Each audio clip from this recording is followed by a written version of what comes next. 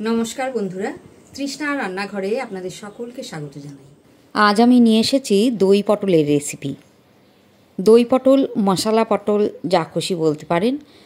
দই দিয়ে রান্না করা যে কোনো রেসিপি এই গরমে খাওয়া কিন্তু খুবই উপকারী। তো চলুন রান্নাটা শুরু করি। পটলের এই রেসিপিটির জন্য নিয়ে এসেছি 10টা বড় সাইজের পটল। পটলের কিছুটা করে খোসা রেখে বাকিটা ছাড়িয়ে নিয়েছি, আর দুদিকেই সামান্য একটু করে চিড়ে দিয়েছি যাতে মশলাটা ভেতরে ঢুকতে পারে। এবারে একটা মশলা আমি তৈরি করে নেব। মিক্সি জারে 2টো ছোট সাইজের টমেটোর টুকরো, 1/2 ইঞ্চি টুকরো আদা আর 3টে কাঁচা লঙ্কা দিয়ে দিলাম। এবার এগুলো পেস্ট করে নেব।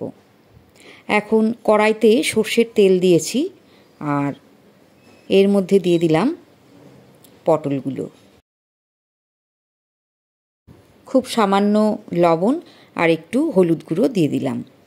এবারে নেড়ে দিচ্ছি, আর ঢাকনা বন্ধ করে আঁচটা লো টু মিডিয়ামে করে দিন। এবার 10 মিনিট মতো পটলগুলো ভেজে নিন। মাঝে মাঝে শুধু ঢাকনা খুলে নেড়ে দেবেন। এইভাবে পটলগুলো ভেজে নিলে দেখবেন একদম নরম হয়ে গেছে। তো 10 মিনিট পর দেখুন পটলগুলো ভাজা হয়ে গেছে খুব সুন্দরভাবে। তো এবারে আমি পটলগুলো নামিয়ে নেব। এবারে আরও একটু সর্ষের তেল আমি কড়াইতে দিয়ে দিয়েছি, আর এর সঙ্গে দিচ্ছি 1 টেবিল চামচ মতো গলানো ঘি। 1/2 চামচ গোটা জিরে দিলাম, একটা তেজপাতা আর একটা গোটা শুকনো লঙ্কা দিয়ে দিলাম। এখন দিচ্ছি 2টো ছোটো এলাচ, 1 টুকরো দারচিনি আর 3টে লবঙ্গ। গোটা মশলার অ্যারোমাটা ছড়িয়ে পড়ছে। এবারে আমি দিয়ে দিলাম মিক্সিতে বেটে নেওয়া মশলাটা। মশলাটা ভাজা হতে থাক, আর এদিকে আমি একটা বাটিতে 1/2 কাপ দই নিয়েছি।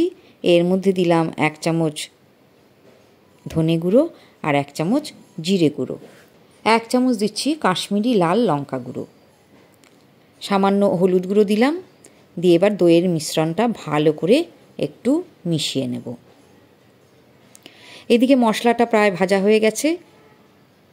এখন আমি দইয়ের মিশ্রণটা দিয়ে দিলাম।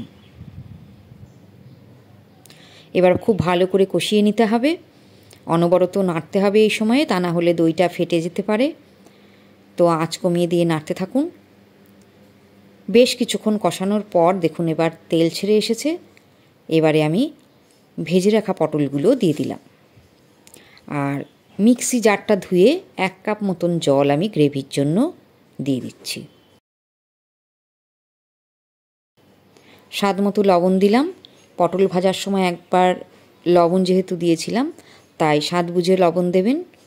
এবারে ঢাকনা বন্ধ করে লো টু মিডিয়াম ফ্লেমে 7 থেকে 8 মিনিট রান্না করতে হবে। প্রায় 8 মিনিট পর দেখুন গ্রেভির চেহারাটাই পাল্টে গেছে। তো এই সময় আমি দিয়ে দিলাম 1/2 চামচ গরম মশলার গুঁড়ো।